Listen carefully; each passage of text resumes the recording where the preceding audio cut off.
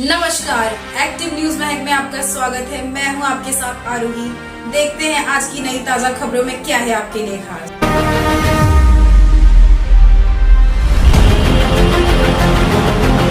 हे मुंबईचं ऑफिसच्या वेळेतलं दैनंदिन दृश्य आहे, पण आता तुमचं आरामदायी आणि सुरक्षित प्रवासाचं स्वप्न अवघ्या काही मिनिटांमध्ये पूर्ण होणार आहे। आरे ते बीकेसी हा 1 तासांचा तुमचा प्रवास अवघ्या 22 मिनिटात पूर्ण होईल, कारण या मार्गावर भुयारी मेट्रो तुमच्या सेवेत तयार आहे।